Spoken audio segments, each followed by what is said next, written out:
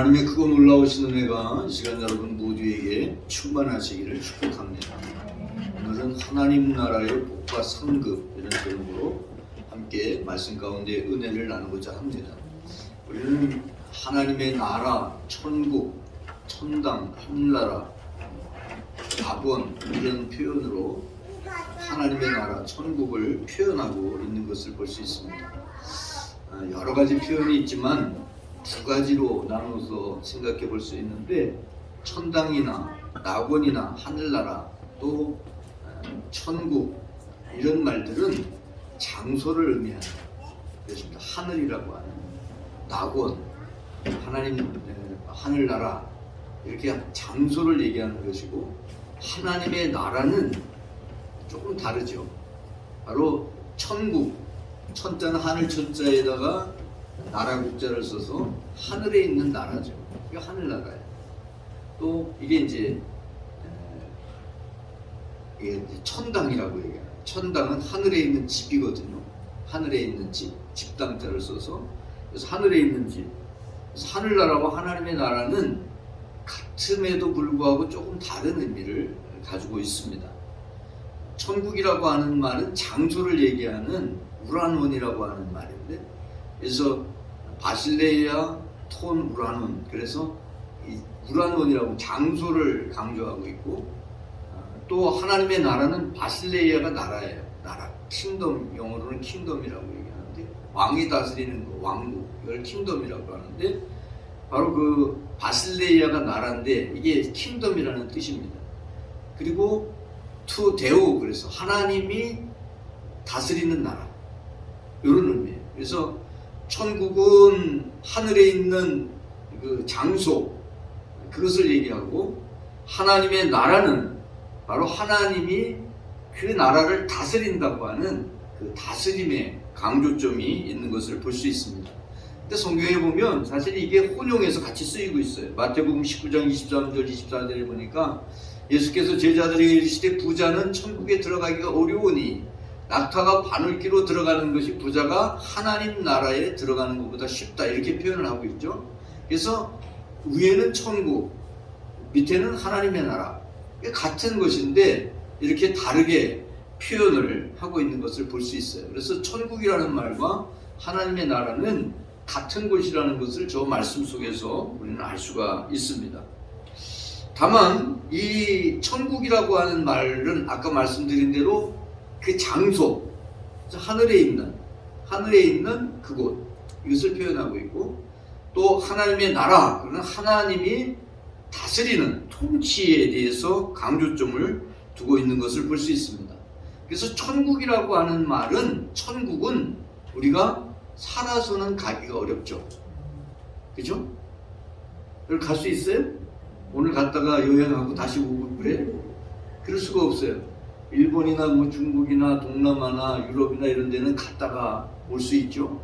근데 천국은 우리가 갔다가 또 왔다가 또 갔다가 또 왔다가 이렇게 할 수가 없어요. 천국은 그냥 가는 거죠. 가고 그러면 그곳에서 살아야 돼. 왔다 갔다 할 수가 없어요.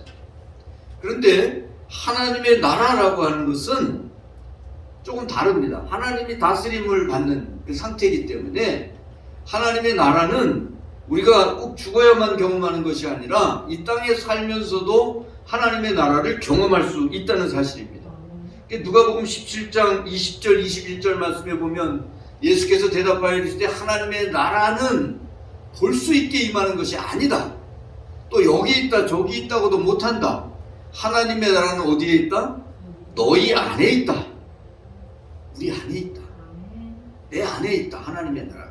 이게 무슨 말씀이냐 하면, 내가 하나님의 다스림을 받고 하나님이 원하시는 삶을 살아가면 내가 이미 하나님 나라의 삶을 살아가고 있다고 하는 것을 이렇게 표현하고 있는 거예요. 여러분이 천국이라고 표현되어 있는 그곳은 죽어야만 가요. 살아서 가기는 어려워요. 물론 살아서 간 사람도 있지는 있죠. 바로 에녹이라고 하는 사람은 죽지 않고 천국에 바로 갔어요. 또 엘리야라고 하는 사람도 불말과 불병거를 타고 그리고 하늘로 올라가서 하나님 앞에 갔죠. 죽음을 보지 않고 간 사람도 있습니다. 그러나 그 외의 사람들은 죽지 않고 하나님 나라 천국에 갈 수가 없다고 하는 사실입니다. 하지만 하나님의 나라를 우리는 이 땅에서 얼마든지 경험할 수 있는데, 우리가 이 땅에 살아가면서 하나님의 다스림을 받으면 내 생각이나 또 내 마음이나 우리의 영이 하나님의 다스림을 받으면 바로 내가 하나님의 나라를 경험하며 살게 된다는 사실입니다. 그래서 여러분의 마음에 하나님의 나라, 뭐 다른 표현으로 하면 천국, 마음 천국, 또 가정에 하나님의 다스림을 받으면 가정 천국, 또 교회가 하나님의 나라는 아니지만, 천국은 아니지만 우리가 정말 하나님의 다스림을 받으면 교회 속에서도 천국을, 하나님의 나라를 경험할 수 있게 된다는 사실입니다. 로마서 14장 17절 말씀에 보면 하나님의 나라를 어떻게 표현하고 있냐면, 하나님의 나라는 먹는 것과 마시는 것이 아니라고 말씀하고 있죠. 뭐예요? 성령 안에 있는 거예요. 성령 안에, 하나님의 나라는 성령 안에 있을 때 경험하게 되는데, 성령 안에 있으면서 의와 평강과 희락을 누리는 것이 바로 천국이다, 하나님의 나라다. 그러니까 여러분이 정말 이 하나님의 다스림을 받을 때 우리가 의 가운데 행하게 되고, 평강, 샬롬 가운데 행하게 되고, 희락은 뭐예요? 아주 기쁜, 너무나 기쁜 그 기쁨을 경험하면서 살아갈 수 있게 된다는 사실입니다. 여러분이 비록 천국에, 하늘에 있는 그 나라에 지금 갈 수는 없어요. 그런데 이 세상을 살아가면서 여러분이 하나님의 다스림을 받고, 그래서 하나님의 나라를 경험하며 살아가는, 정말 하나님의 나라를 누리며 살아가는 여러분들이 되시기를 바랍니다. 근데 이것은 그냥 되는 게 아니고 어디 있어야 돼요? 성령 안에 있어야 돼요. 성령 안에서, 바로 이것이, 우리가 성령 안에서 하나님의 나라를 경험하는 이것이 하나님 나라의 복이고, 또 우리에게 주시는 상급이 될 수 있다는 것을 오늘 우리가 읽은 말씀, 팔복의 말씀 속에서 우리에게 말씀하고 있는 거예요. 첫 번째는 하나님의 나라의 복이라는 것, 하나님의 나라에서 누리는 복, 하나님의 나라로 통해서 오는 복, 이게 뭐냐? 이 복은 바로 은혜라는 거예요. 은혜가 바로 하나님 나라의 복이라는 사실입니다. 오늘 말씀을 팔복, 8가지 복, 팔복이라고 해서 팔복교회라는 이름을 가진 교회가 굉장히 많아요. 그렇죠? 팔복, 이런 이름을 아주 좋아하는데, 그런데 앞에 나오는 4가지, 이게 정말 복인가 하는 의아한 생각이 들 수 있어요. 우리 3절로 6절 말씀 제가 요약해서 표현해 놨는데, 누가 복이 있어요? 가난한 자가 복이 있어. 또 어떤 사람이 복이 있어요? 애통하는 자가 복이 있어. 또요, 온유한 자가 복이 있어. 막 무시하고 무시당해도 그냥 온유하게 참고 이러는 게 복이 있다. 또 의에 줄이고 목마른 자. 줄이다는 게 배고프다는 거예요. 목마르다는 거 아시잖아요. 이게 복이 있다는 거예요. 그러니까 이게 잘 이해가 안 되죠. 사실 잘 이해하기 어려운. 그래서 이런 전혀 복과 연관성이 없는 것 같은 게 복이라고 말씀하고 있는 거예요. 그런데 이런 것이 복이 되는 것은 왜 복이 되느냐? 바로 하나님의 은혜, 하나님의 선물로 주어지기 때문입니다. 에베소서 2장 8절 말씀에 보면, 너희는 그 은혜에 의하여, 무엇에 의하여? 은혜에 의하여 믿음으로 말미암아 구원을 받았으니 이것은 너희에게서 난 것이 아니고 뭐라고요? 하나님의 선물이라는 거예요. 선물은 받을 자격이 있어서 받는 게 아니죠. 선물은 어떻게 받을 수 있어요? 주는 사람이 줘야 받을 수 있어요. 그죠? 주는 사람이 선물을 주면 받는 거예요. 근데 안 줘. 그러면 뺏어요? 그건 선물이 아니죠. 안 주는데 뺏는 건 뭐예요? 강도지, 그거는. 줘야만 받을 수가 있는 거예요. 근데 하나님의 은혜를 선물로 표현을 하고 있어요. 그러니까 하나님이 내가 은혜를 받을 자격이 있기 때문에 은혜를 받는 게 아니고, 선물을 받을 자격이 있기 때문에 선물을 받는 게 아니고 그냥 하나님께서 주시니까 받는 거예요. 그게 뭐예요? 은혜. 하나님께서 주시니까 받는 거예요. 그게 뭐예요? 선물이에요. 선물. 그래서 하나님의 은혜를 선물이라고 표현을 하고 있고, 그냥 조건 없이 그냥 주시는 복, 이게 바로 은혜예요. 여러분, 내가 열심히 노력해서 어떤 것을 얻었다면 그것은 내가 노력한 대가죠. 그죠? 노력한 대가야. 그런데 하나님이 주시는 은혜는 그런 노력의 대가로 얻는 것이 아니라 그냥 하나님이 주시는 거예요. 그래서 그것을 은혜라고 표현을 하는 거예요. 하나님 오늘도 여러분에게 은혜를 주신다는 사실을 여러분 기억하시기 바랍니다. 내가 잘했기 때문에, 내가 모든 것을 다 맡은 것을 다 잘 해냈기 때문에 그래서 주시는 게 아니에요. 그거는 상이죠, 상. 그죠? 그런데 하나님 우리에게 오늘도 은혜를 베풀어 주신다는 사실이 얼마나 감사한지 몰라요. 그래서 정말 잘못하고 못된 짓을 많이 하고 그런 사람이 하나님의 은혜를 받아서 그래서 하나님이 쓰시는 사도가 되잖아요. 누구예요? 바울이에요, 바울.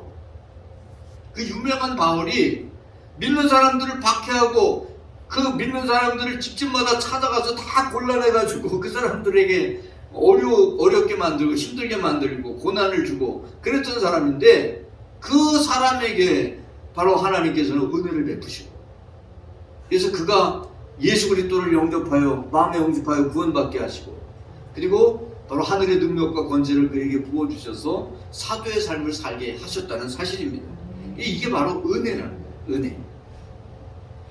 야고보서 1장 17절 말씀에 보면요, 온갖 좋은 은사와 온전한 선물, 좋은 은사, 은사라는 말도 카리스마타라는 것도 그냥 주는 거예요. 내가 어떤 자격이 있어서 주어지는 게 아니고 그냥 주는 거예요. 구하는 자에게 하나님이 주신다고 그러잖아요.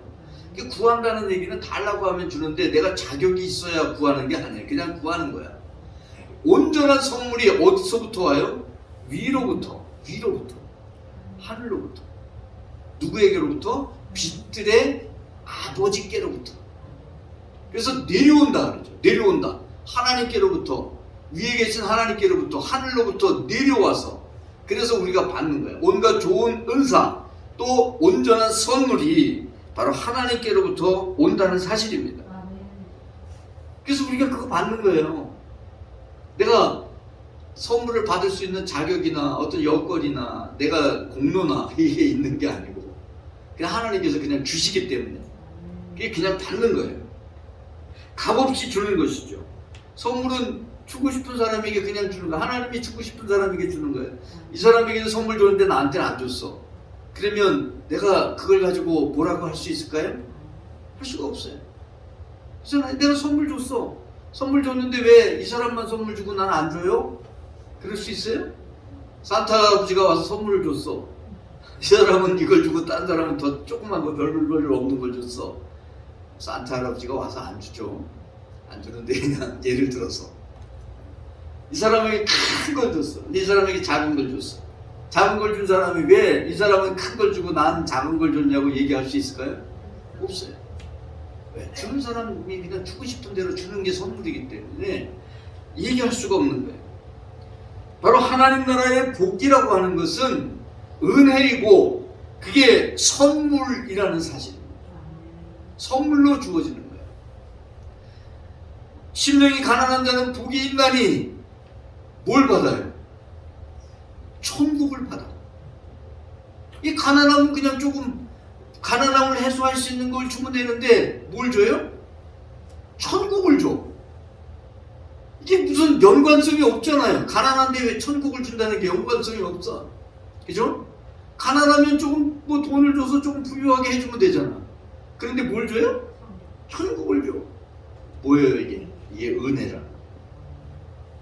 이게 바로 선물로 하나님께서 주신다는 거예요. 두 번째는 하나님 나라의 복은 뭐냐? 상급이에요. 상급. 하나님 나라는 선물이지만 또 상급이기도 하다는 사실입니다. 선물은 자격을 따지지 않고 받죠. 그런데 상은 아니에요. 상은 누가 받아요?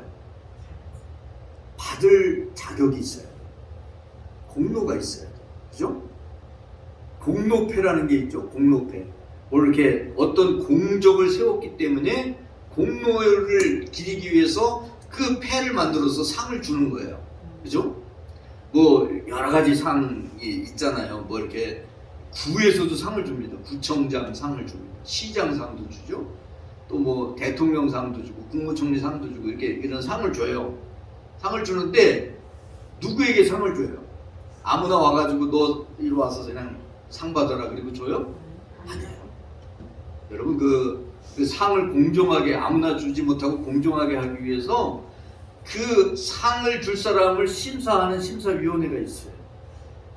나도 예전에 구청장상 심사를 하러 가서 이게 심사해가지고 이렇게 결정을 했던 적이 있었는데 그 심사를 해가지고 그 사람의 공적을 다 살펴봅니다. 그래서 이 사람이 무슨 일을 했고 뭘 했고 그래서 이 사람이 상을 받을 만합니다. 이렇게 올려요 공적을. 그러면 그 한 사람만 놓고 하는 게 아니라 뭐 두 사람, 세 사람, 네 사람 놓고 그 사람들을 놓고 심사를 합니다. 심사를 해서 그래서 이 사람이 가장 좋겠습니다. 올해는 이 사람에게 상을 줍시다. 이렇게 결정을 해서 상을 주는 거예요. 이 하나님 나라의 복이 상급이 되는 것은 바로 상을 받을 일을 했기 때문에 줄 때 상급이라고 표현하는 거예요. 여러분 7절로 10절 한번 볼까요? 어떤 사람이 복이 있어요? 긍휼히 여기는 자. 이것은 누구에게 여기는 거예요? 다른 사람을 향해서 그렇게 하는 거예요. 자비를 베푸는 거죠. 또 마음이 청결한 자, 마음을 깨끗하게 하는 자. 마음이 가난한 거하고는 다르잖아요.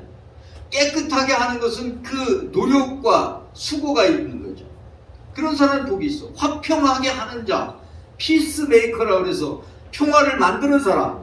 이 사람과 이 사람이 서로 사이가 안 좋은데 둘 사이에 평화를 만드는 일을 하는 사람. 그는 노력을 해야 되는 거예요. 의를 위하여 박해를 받는 사람. 박해를 받으려면 그 사람이 고통을 당해야 되는 거예요. 그걸 이겨내야 하는 사람. 그런 사람이 복이 있다는 거예요. 이 사람들에게 하나님께서 상을 주신다는 거예요. 뿐만 아닙니다. 계시록 2장 10절 말씀에 보면 고난을 당하는 사람. 그래서 그 고난 속에서도 죽도록 충성하는 사람. 그 사람에게 뭘 줘요? 내가 생명의 관을 주리라. 이렇게 말씀하고 있죠. 바로 생명의 면류관. 예전에 면류관이라고 그랬는데 이 관이라는 게 머리에 쓰는 임금이 쓰는 걸 면류관이라고 그래요. 머리에다 이렇게 쓰는 그걸 면류관. 이 관을 얘기하는 거예요. 그래서 하나님께 정말 죽도록 충성하고 고난 속에서도 어려움 속에서도 끝까지 견디며 그러면서 믿음을 지키고 충성하는 사람에게 생명의 관을 주시겠다. 이렇게 표현을 하고 있죠. 그뿐이 아닙니다. 이 죽도록 충성해야만 되는 게 아니고요. 여러분은 얼마든지 상을 받을 수 있어요. 어떻게 상을 받을 수 있느냐? 여러분 마태복음 10장 42절 말씀 보세요. 누구든지 누구의 이름으로? 제자의 이름으로. 예수님의 이름이 아닙니다. 제자의 이름으로. 제자의 이름으로 이 작은 자 중에 하나에게 뭘 줄지라도. 냉수 한 그릇이 엄청나게 비싸고 아니 고가죠. 그렇지는 않잖아요. 그죠? 뭐 생수 한 병 해봤자 뭐 얼마 안 가잖아요. 그죠? 뭐 1,000원 정도면 뭐 생수 살 수가 있어. 그 냉수 한 그릇이라도 주는 자는 그 사람이 결단코라는 것은 반드시 꼭 뭘 잃지 아니하리라? 상을 잃지 아니하리라. 무슨 얘기예요? 상을 주신다. 여러분 상 받을 수 있어요? 없어요? 못 받아? 아니 냉수 한 그릇도 못 줘? 아니 냉수 한 그릇 줄 것도 없어? 내가 여러분을 신방 갔어. 냉수 한 그릇도 줄 것도 없어? 여러분 제자의 이름으로 주님의 이름으로도 아니야. 제자의 이름으로 믿는 사람이니까 뭘 이렇게 이웃이니까 그 냉수 한 그릇 가장 작은 걸 얘기하는 거죠. 가장 작은 것을 해줄 수 있어도 상을 받는다. 그러니까 또 작은 거 말고 더 큰 것도 할 수 있잖아요. 그러면 작은 것 하면 상 주고 큰 거 하면 상 안 줘? 아니죠.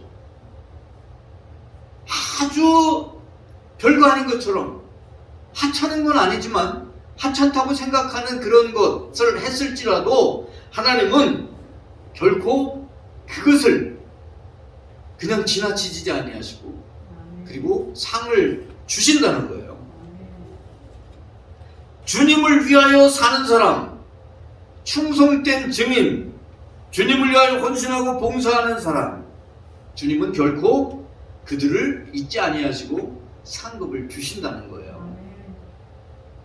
여러분, 우리가 왜 주님이 기뻐하시는 모습으로 살아야 되느냐?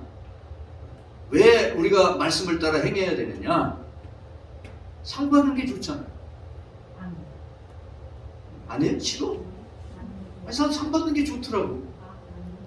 제가 감리사하면서 코로나가 시작돼가지고 어려운 교회들을 이렇게 월세 내는 교회들을 매달 1년 동안을 도왔어요.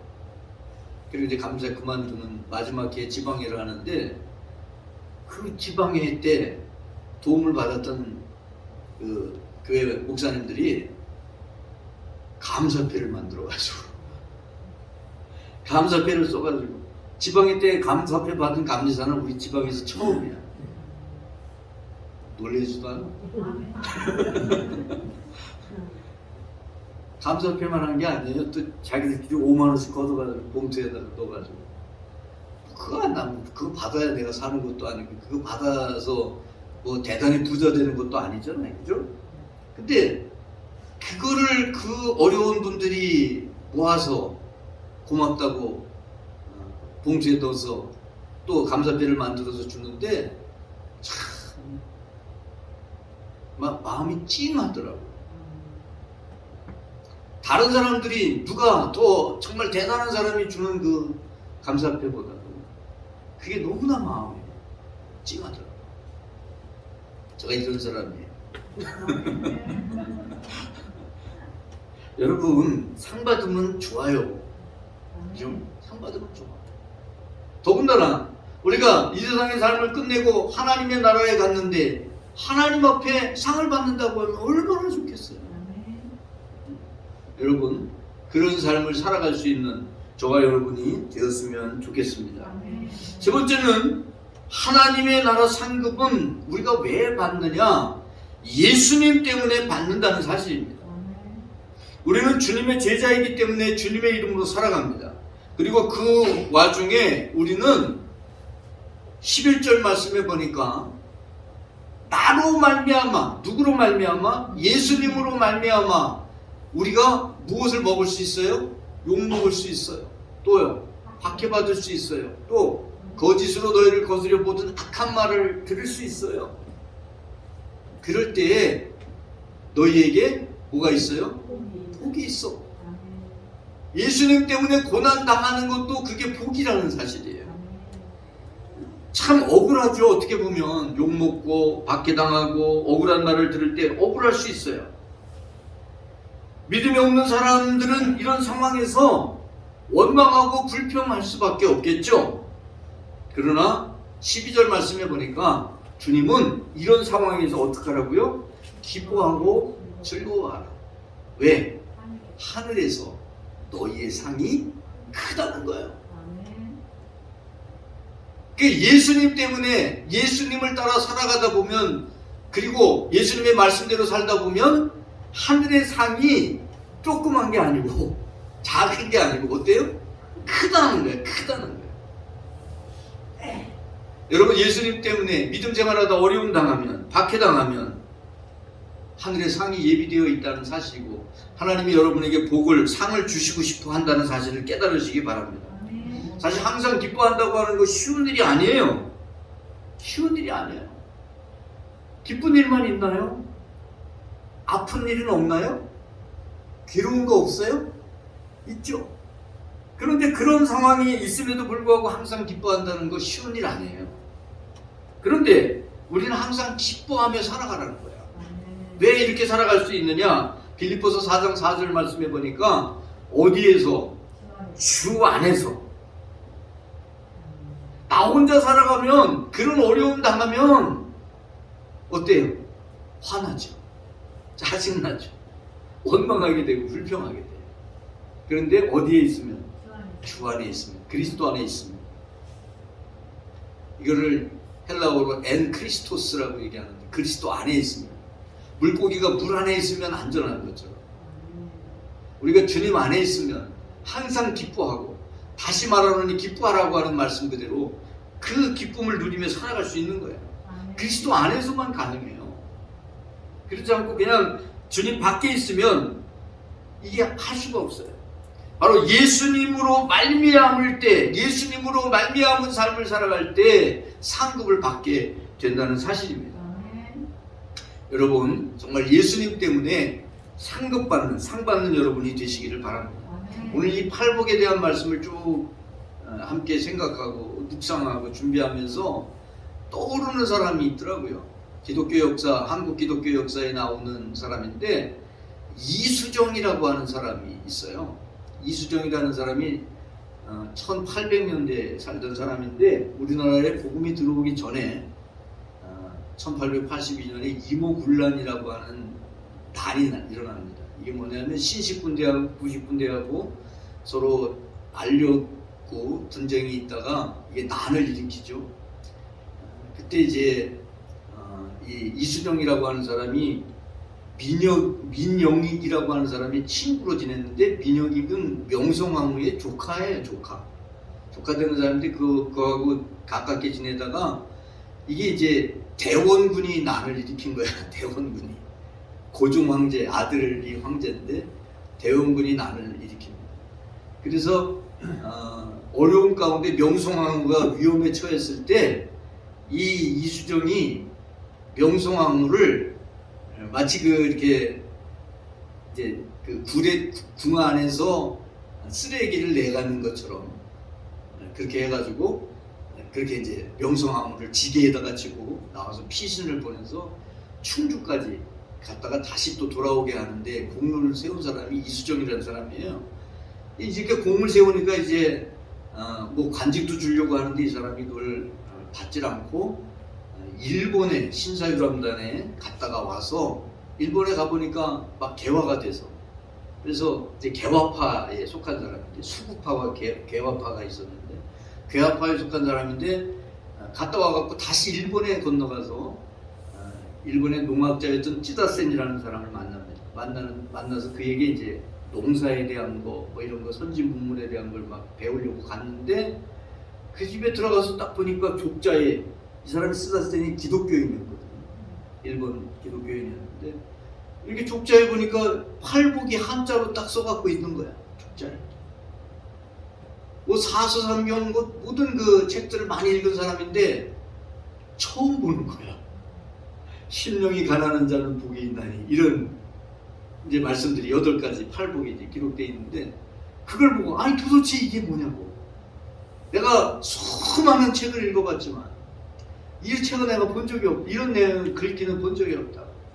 그러니까 시사선이 그 한자 성경을 그에게 주면서 이게 성경이라는 건데 여기에 나오는 것이다. 이 사람이 성경을 딱 읽습니다. 읽으면서 성경을 읽으면서 예수님을 믿게 됐어요. 세례를 받아요. 세례를 받고, 그리고 우리 조선민족은 아직까지도 이 좋은 걸 받아들이지 못하고 있으니 내가 성경을 번역해야 되겠다 그래서 그 한문 성경을 번역하는 일을 일본에서 하고, 그러면서 한편으로 미국에 선교사를 보내달라고, 우리 조선에, 그때 조선이니까 조선에 선교사를 보내달라고 편지를 씁니다. 아주 장문의 편지를 써요. 그래서 그 편지를 보내고 그 편지를 읽은 미국 교회가 우리나라에 선교사를 보내는 거예요. 감리교의 아펜젤로라고 하는, 아펜젤로 부부하고 장로교의 언더우드라고 하는 그 선교사를 보내고, 그들이 일본에 도착하니까 그들에게 한글을 가르쳐주고, 그리고 그 번역한 성경을 가지고 들어가게 해서 1885년 4월 5일 부활절 오후에 제물포항으로 바로 이 두 선교사가 들어오게 되는데, 그 선교사들의 손에 바로 이수정이 번역한 성경이 들려 있었어요. 놀라운 거예요. 여러분, 처음 선교사가 그 나라에 들어가면서, 그러면서 그 나라 말로 된 그 번역된 성경을 들고 들어간 역사가 기독교 선교 역사에 한 번도 없었어요. 바로 이때 한 번밖에 없어요. 이후로도요, 들어가서 성경을 번역했지, 번역한 성경을 들고 들어간 적이 없었는데, 바로 이수정이라는 사람이 이 팔복의 말씀을 보고, 그래서 우리나라는 팔복의 말씀 때문에 복받은 나라예요. 참 놀라운 거죠. 여러분, 우리가 이 팔복의 말씀이 정말 여러분에게 복이 되고 상급이 되고, 여러분의 삶에 하나님께서 주시는 은혜, 선물이 되기를 축복합니다. 우리 기도하겠습니다. 하나님 아버지, 감사합니다. 하나님의 그 놀라우신 은혜와 사랑 감사드리고 하나님께 영광을 돌립니다.